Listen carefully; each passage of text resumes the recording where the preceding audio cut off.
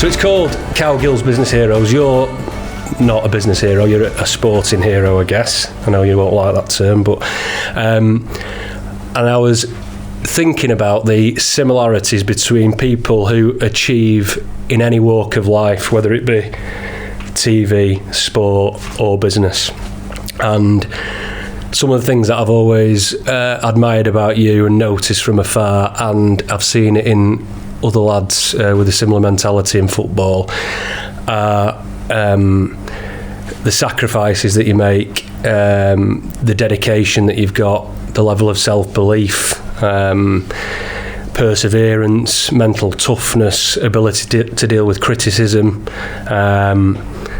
and bouncing back. You know, you will have had down times in your career with your injuries, with your cruciate and things like that, where you've been out for long periods of time, but having that mental strength to keep coming back. And I assume when you left United, that might have been a bit of a difficult time for you. I don't know, when you went to Sunderland, how did you find that? Yeah, Sunderland was tough. I mean, it was fine because I sort of knew I wasn't up to scratch at United anymore. That doesn't mean I was rubbish. Yeah, I just knew but you knew that my better years had gone, and to play at a club like Man United, you have to be top end. You know, but I've been playing for them since I was 18. I was now 31. And I just couldn't do the running. I couldn't the sprinting, and so you physically could notice. No, I wasn't up to United standard. Right. Does that make sense? Yeah. At a high level. But moving to Sunderland was difficult. It was a weird feeling because Man United they were the only employees I've ever had. Yeah. So as a kid. Yeah. I've always been there. I was gone training there. I was gone to work there. Know everybody there, and then just to sort of change. So your whole life. Yeah, from one day to another, it was difficult. It made it easier because I knew a few lads at Sunderland. So going back to these traits that I have just referenced, and I do see them if we take our group of mates that have played football, for example, so Bardo, Fletch, John O'Shea, Brucey to a degree, although he's had different challenges with his dad. Where do you think those traits, that inner strength, came from? Is it from your parents? Is it from growing up in Longside? Is it from teachers at school, Fergie, your coaches at United? Is there anything specific, or do you think it's just a combination of those? It's definitely a combination. You know, I think when people grow up, wherever it is, they know no different anyway. So yeah. I never sort of been that into consideration. I do believe that at a young age, when I realised I wanted to play football, I put a lot into it. Yeah. I think a lot of the public don't understand, especially at a young age, probably how much you committed to it, in the sense that from basically leaving school and you're sort of just growing up to be a young man, and people start going out,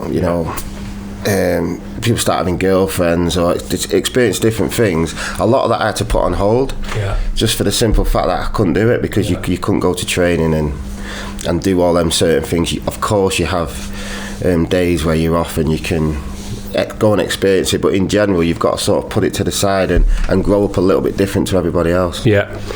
And so you went to Lilleshall, which was the National Excellence Centre, wasn't it, for sports people at the time? Presumably you went there at 14. Yeah, that's good. So you got 2 years in that bubble with other people. I think who else was there at the time? Owen? Yeah, there was me, Michael Owen, Michael Ball, John Harley. So, we had a really good time there. I think that helped me a lot. Yeah. In the sense that it got me into the right frame of mind of YTS at the time. Yeah. Training every day. Obviously, you still do your schoolwork, but you're with a bunch of lads, and I had it from a very early age. So I've had this, sort of team bonding thing from a very early age, 14. Yeah. There's only 16 of us in that year. And like I said, you're just learning your trait and getting focused on that. It was I remember at the beginning I didn't want to go, but my nana made me go, and I'm so glad I did. What, because you were fearing homesick? It's quite a sensitive age, that, for anyone, isn't it? Yeah, so it's boarding school. You only come home every third week, fourth week. Yeah. And like I said, I've never been away. Not even been on an aeroplane yet. Never mind. Right. Never mind moving to another school. Right. So yeah, that at the beginning it was hard, but like I said, once you meet new people and you then become a family yourself, It's easy. So before, jumping around a bit here, but before you went to Lillishall, presumably you were playing for your school team and playing for, was it Fletcher Moss? Yeah, was that your Sunday team? I was a late bloomer, as they say. I mean, my school, Burnage High School, we were focused on basketball. Here he is. Unbelievable. Here he is. Unbelievable. Do you want me to come and add a bit of banter to this podcast, or you're all asleep, lads, or you want to do a shot, or? You can come on the quick fire round. I'm going to do a quick fire round at the end, so you can come on that. So sorry. So you're a bit of a late bloomer. Yeah. But you're playing Fletcher Moss Sunday. So it was just Fletcher Moss, and it was weird. I used to play right wing. Right. So yeah, how I became a defender was maybe different to how they do it now. I know nowadays the lads, especially, they can see with a bit of talent, they sort of put you in different positions through the year. But yeah, I filled in for one of the lads that was ill once, and then I just remember my manager saying, listen, you're going to stay here. A centre back? Yeah, because I was fast. I was pretty fast. And no one could really run past me or anything. So within a space of 2 years, from not playing at all to playing 2 years at Fletcher Moss, then moving to centre back for a year, that's when I first United got in contact with me. I did have a few trials at other places. Did you? Yeah, the trial at Oldham, which, like I said, my dad was like, listen, he's only just started, let him settle up. And then Man City, didn't get on Man City. So City pied you. Yeah, buzzing. And then you go and win 2 Champions Leagues with United. So yeah, and then it was funny. I didn't get on City, but then a week later, Nobby Stiles phoned my dad. And then that was it. Then I've been at United ever since. Right. So what age was that? Sorry. So 13, 14. Right. Okay. 93. What were you like at school? What was your personality like? Yeah. I mean, I was very good at sports. So we were. Were you one of them like Wheaty who was just the best at everything? I always found football. I was the best at everything, but I liked everything. But you can always turn your hand to things, to everything. So he was the quickest. He was the best at long distance. He was the best at football. He was decent at cricket. Best at long jump, high jump. And then you, towards as your career matures, you end up playing golf, and you're pretty good at that. Do you know what I mean? Yeah. Got to work on that. But yeah, I mean, sport. Yeah, I do love it. Natural. Yeah, I do love Basketball, it. You like? Basketball was probably the main sport in my school, and then football. I've never actually played rugby. Yeah. But yeah, it didn't matter what it was. I would be on the cricket team, the badminton team. We're very good at badminton. Right. So yeah, anything to do with sport generally, we'd be involved in. Badminton. I'm not played years. I probably would, but I'll give it a go. You said that about golf and a battered. Yeah, well, that's different, isn't it? Was there a moment? So you're at United. You obviously started to get quite a bit of hype. I remember well before I knew you. You were breaking through, probably ahead of your age. Was there a defining moment where you thought, I'm going to make it here, I've got a real chance, or were you not that type of personality? No, I don't do that. It's weird. I remember first time I trained with the first team, and it was absolutely rubbish. And through nerves, or not rubbish? Everyone was bigger than me and stronger. Yeah. And just, I don't know, going in that changing room, going, wow, I'm way off it. Do you know what I mean? And who were you training with at that stage? Just to put it into context. I was up against Mark Hughes that day. Oh God, right. For instance, one of the strongest players ever. I'm trying to win the ball, get out of the way, just go and stay there, Wes. Yeah. So I couldn't do my normal game because I probably didn't put muscle on until I was about 18, 19, if I'm being honest. I was just tall, skinny. Yeah. So was McLaren there at the time? People like was Paul Ince there, or was that later? Paul Ince was just gone. Cantona had just gone. But yeah, it was that season before the 99, the treble season. Right. So Pally was still there. People like that. I probably can't talk about this, but I did some maths. So if we fast forward then to the Champions League final, 99, Barcelona, that everyone knows about with the late 2 goals. You're on the bench. How old are you then? 18, 19. Right. And you celebrate primarily because you're a fan and you're in a team that's just won the Champions League, but I'm guessing there was a financial angle to it, because I worked out that I think you probably earned 600 times your weekly wage through prize money of winning that Champions League. Yeah, I normally don't go into money, but at the time I was still on my second year pro wage packet, which was about £250 I thought it was a week. £250. Yeah. It might have been 300, but it was basically £250 a week. So people don't believe me when I tell them that. So that season I was on £250 a week, and my bonuses would come from winning or playing the Champions League. Because the Champions League bonus for each individual game was crazy. So that's why you go sprinting down the touchline and getting involved, because you know that you're getting absolutely weighed in. Not necessarily, but I'm joking. I remember buying a nice Bang & Olufsen. Did you? But yeah, it was a good season, that. But like I said, it was back then. I'm not saying it's different now, but I mean, I used to get the bus to training and taxis and buses to games. So it was a little bit different. I can't see that happening now, but I don't think it could at the same time. Which then makes me, I know you've told this story before about, I think you got in a scrap on the bus because presumably people were starting to recognise you, and Fergie questioned why you were getting the bus to training, and you said, well, because I can't afford to get there. Well, I can't afford, he said to me, why don't you get a taxi? And I said, well, I can't, because I'll have no money left at the end of the week. And then, so he hadn't quite registered out. No, he's not quite registered what's going on. So obviously, don't get me wrong, he did sort that out, but at the same time, he's probably thinking, shit, he can't afford it, sort of thing. So I mean, it got sorted out in the end. Right. But that was probably just a couple of occasions that happened. Right. What was the biggest bollocking you ever got off Fergie? What was, if you can say, what was the reason behind it? If there's a standout one. No, I had many. But he was always understanding about me, because he was good, because he knew I lived at my mum and dad's. Till I was 20. I mean, I've already been playing for the first team for 2 years, but. So he understood your background. He understood that bit, if that makes sense. So he was just trying to advise me all the time, which was good. So he helped me move and pick somewhere else. I mean, I did tell him I was moving to the city centre at one point. Oh my God, he lost the plot. But ultimately, I'm glad he moved me to. I ended up in Bramhall. A bit more chilled out. No sort of party scene and that sort of stuff. Because you have to remember, you're still growing up. So, but he sort of guided me along the way, pretty much all the time. And did word always get back to him, like people say, when you did have nights out? He'd know everything. Had his moles everywhere. What were you doing here? Why was you in that pub? I heard you was out till 6 in the morning. And I'd be like, and the best thing about it, and you don't lie, you just go, I don't see why you can't do that. But he'd be telling you all the time that you can't do that. Do you know what I mean? You might get agitated and maybe want to do it because a few of your mates are, but you're going along a different path, and you have to understand that, and you have to do things different. So like I said, he was shouting at me, but at the same time just helping.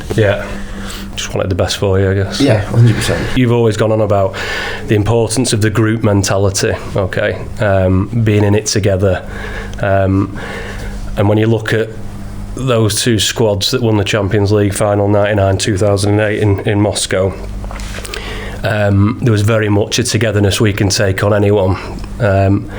If you had to pick in all the time you were at United, which was the strongest group you were in, which one would it be? Yeah, I mean, arguably, if you look at the 08 squad on paper, you'd say that was better than the 99 squad, but I always sort of disagree with it.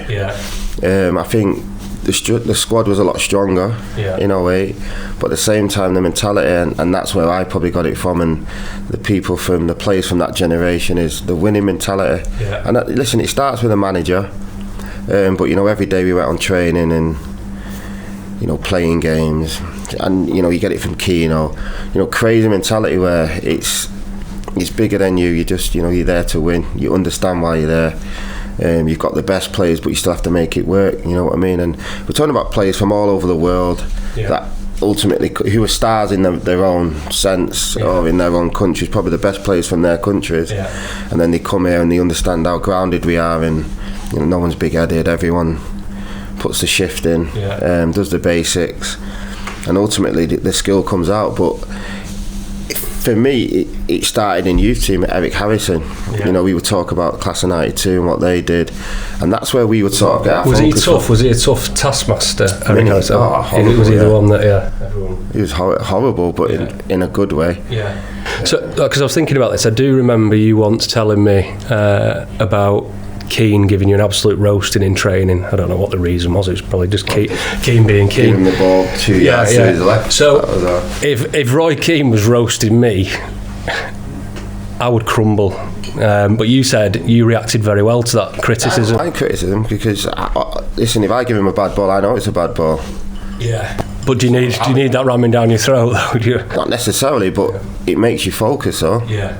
And I think that's the main thing. So, I mean, Keane would be like that every day. So it brought through stronger personalities and they would succeed. To everyone. Yeah. So it's not like he's picking on you. Yeah. So that's what, you know, if people can't handle the criticism, he's not, you know, he's not just coming after you. He would do it to the next person as well. So it doesn't matter. Listen, he's the captain as well. He's showing it every single day. Yeah. Don't get me wrong, I'm not going to shout at him if he does the same to me. But you know, ultimately he's on it every day. You know, that winning mentality. So after that, when I qualified as an accountant, you actually said, "Do you want to be my accountant?" Which was a very nice gesture, and I said no, which I do regret because, but at the time I was too wet behind the ears. But I regret it because it was the right answer at the time, by the way. But I wanted to keep our friendship a friendship and not cross those boundaries.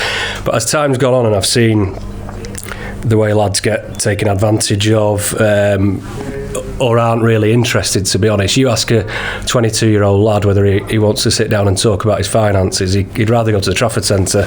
It's only later in life that they start to. You're a lad from Longside who's come out of school early, really, by going to Lillishall. Your sole focus has been football. All your mates are grafters and lads. No, they're not. You don't do any grafting. No, steady. I'm sat here, aren't I? So, how did you? What made you think who you were going to listen to when it came to? It's hard because buying houses and mortgages. It's hard, and like I said, for me it took many years because you don't know who to trust, and I think trust is the main thing, because I think if something bad happens to you along the way, then that becomes very difficult. And that's one of the main things I would tell the young lads now.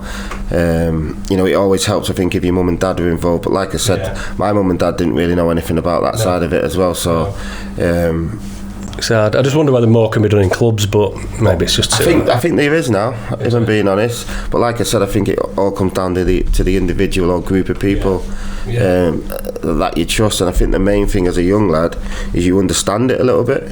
Because a lot, like you said, a lot of the lads are just like, do that. Yeah, that's... And no, should you know about it at that age? But you know, and maybe ask a few more questions about things, because which I wouldn't have done, because you're just like, that's fine. But that's just how it was, or... Yeah. And I think they think it's going to last forever, and people tell you, don't they, your career is going to go in a flash, and Bruce has mentioned it to me before, where it goes by in a flash, and when lads start to get to 29, 30, 31, I think that's when the panic sets in, thinking, hang on a minute, I've only got a couple of years more earning it, I've probably not invested the way I should have done. I wish I'd listened to people at 21, 22, but very difficult to instill that. It is difficult, and that's why I do think at clubs people should be there to sort of help guide people in that right direction. And I think it does happen a lot more now, if I'm being honest. Like I said, at the time when we were there, we were still at the cliff at the time. You know, I mean, I didn't have a bank account till I was 16 when I first got to United. They actually set it up for me. I'm still on the same one. Well, one of them's still the same. So it's just a whole new experience. And like you said, you just want to play football. So you don't really think about that all the time. But you need to. And the main thing's trust. But people in the clubs have to help out in that sort of sense as well. In Longside, obviously, we've had a couple of nights out there, and you like that time? Well, I was a bit intimidated. I was a bit intimidated one time, but but you don't need to be. No, they were great lads, and they looked after me. But then we went over to Levinshume, and things started to get a bit spicy. But I was gone by then, mate. Did you ever get close to getting caught up in down the wrong path at all, or not? Or were you just so focused on football that... I mean, I can say yes and no. The yes, because it wasn't that I'm the person that would do stuff. I'd just be associated. I'd be associated. I'd be there. Yeah. Does that make sense? And that's something that you can't change. That's where I lived. What can I do? Yeah. Do you know what I mean? I've known all these people since I've grown up. Now, aren't you? Can't just go, not your mate anymore, mate. Because it doesn't work like that. So, you know, you have to just get everything right. And the manager understood that? Yeah, of course he did. He always used to tell me I needed to move. I was like, I'm actually fine at home. But I understood why, and it's not necessarily because of me. It's something could happen around me where then maybe I'm associated with it and get involved. So he used it to his advantage in team talks, didn't he? Where he would always go around the dressing room in the big games, I think, and say, you know, Giggsy, you're from this background, Scholesy, you're West Brown, you're to make you realise where you come from. Did he? He only did it once. It was very good. It was before the game at Moscow. All right. Yeah. You know, you never know what the gaffer's going to say, but regardless, it's always good. But that stuck in your mind, that one. Yeah, that one was just good because he actually went around every player, you know, just talking about where we've all come from, but we're all in this team. You know, how everyone works for each other. Everyone speaks different languages. Yeah. So that, you know, it was a good speech to get you up for the game, I can tell you that. I wish I'd heard that. Yeah, it was good just because you now focus on the game. You're not bothered about that. You're in Moscow, wherever you are, what time it is. You don't care that it's raining. Yeah, all goes out the window, you're in it together. Yeah, you're ready to go, so your focus is just on this game. So you went to Sunderland, which I think you did 5 or 6 years at Sunderland. You had a brief spell at Blackburn after that, I think, and then you went to India. Yeah, loved it. And I wish I'd come over, obviously, to see. Well, everyone else did. I know, poor for me. Yeah, very poor, because it is actually one of the countries I want to go to. Having had that experience, which was brilliant for you to experience such a different culture, being so far away from your family must have been challenging, but opens your eyes up to a different part of the world. Do you ever regret not playing abroad in your pomp? So maybe, you know, like Spain or Italy, how cool it would have been to. Maybe, I know. It's hard because if it would have left United early, then maybe. Yeah. But when you start getting into your 30s, it's not as easy as you think. Yeah. I'm a defender for one. Yeah. You know, I'm not like a flair player. Yeah. Where you could maybe go to America, like a few of the lads did do. Mm-hmm. You know, I'm a defender, and so once you do go over 30, that changes a little bit. But I always wanted to stay in the Prem as long as possible anyway. So Sunderland, you know, like I said, it could have been a couple of other ones, but Sunderland I was happy with that. Right. And it was so hard. You know, I started to see the different end of it. Yeah. You know, every season relegation. I think except for the first season, every season relegation, and we managed to get out of every single one. Yeah. But at the same time, it was good to experience that other side of things, because you know, even a lad's mentality a little bit. Yeah. That was questioned a bit. I mean, I remember questioning it a few times. But then, you know, you have a chat with a few of the senior players at Sunderland, and you have to remember that people still have normal lives. Yeah. I remember getting beat once. I don't know, probably been beat 3 times on the bounce, and the lads talking about going out.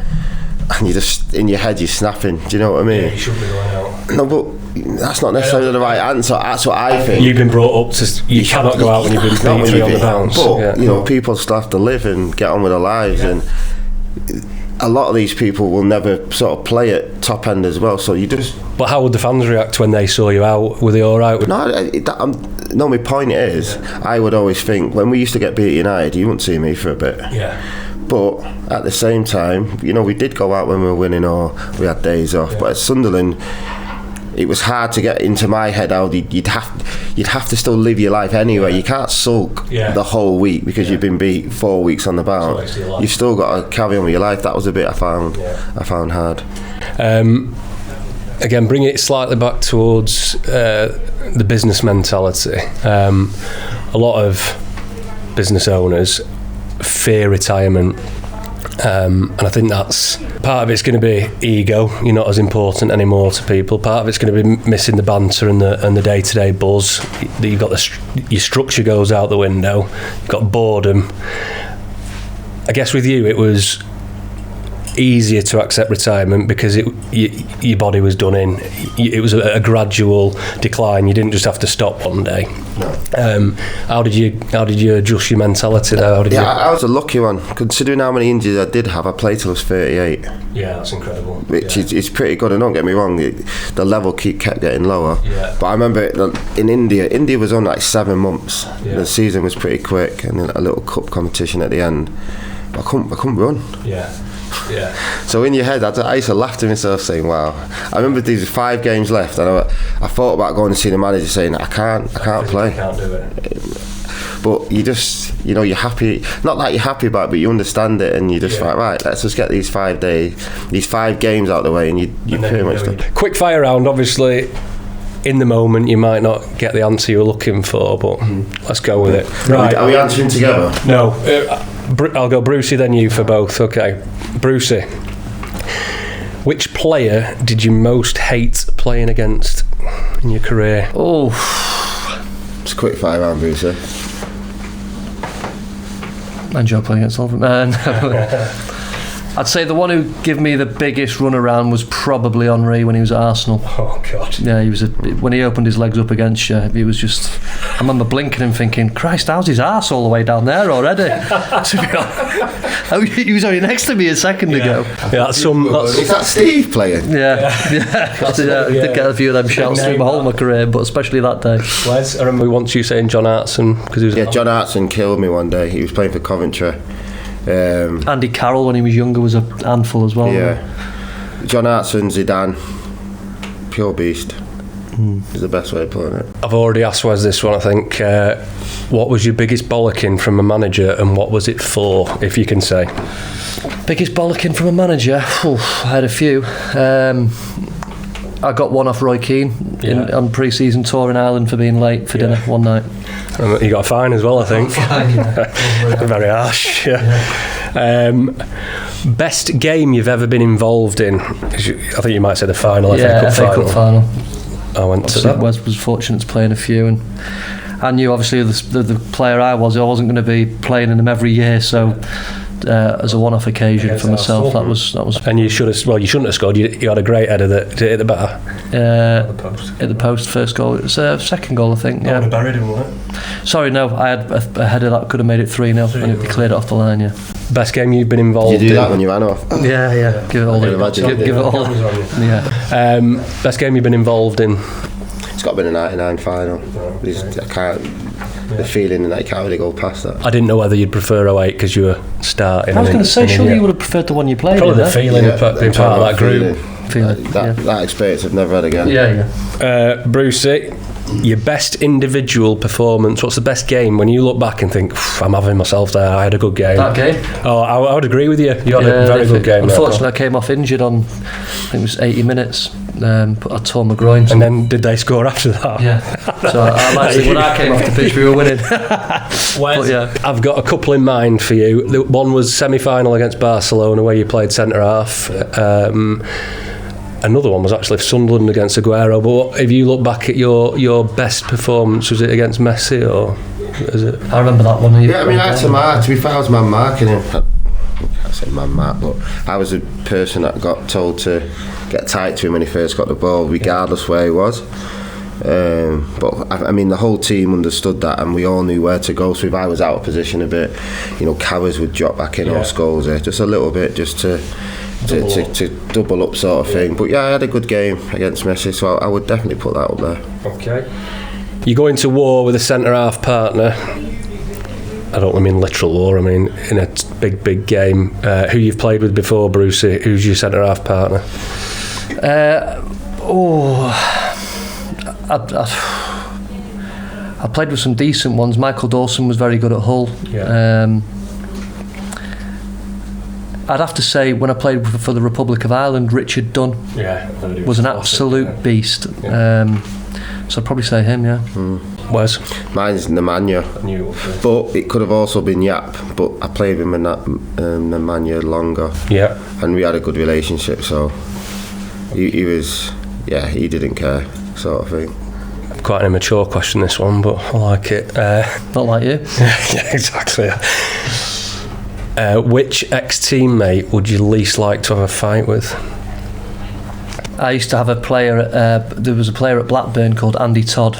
Oh God! When I was in the youth team, he used to scare the life out of me. Yeah, he was a Bolton, wasn't he? And he, I think there was a few instances through his career where he developed a bit of a name quickly for just knocking people out with one punch. Yeah. So I was always a bit wary of getting on the end of one of them. Wazza knows he would get battered, but it's more the ones where he battered me when I put the gloves on with him. Well, Jesus. Yeah. It's more the ones where I don't know, where I'm not, it's not going to be just a fight. I start biting you, and it's like, oh no. So I'd probably say Keno. Oh yeah, right. Because I reckon, regardless, it's just going to be a long fight. It's not going to stop. Yeah. No one's giving up. I'll keep it simple. You're manager / keeper of a five-a-side team, and it's got to be players that you've played with. Name the other 4. Five-a-side team. You're the keeper and manager. I don't want any defenders there, so I go Scorsese, Wazza, Giggsy, and Bex. Oof.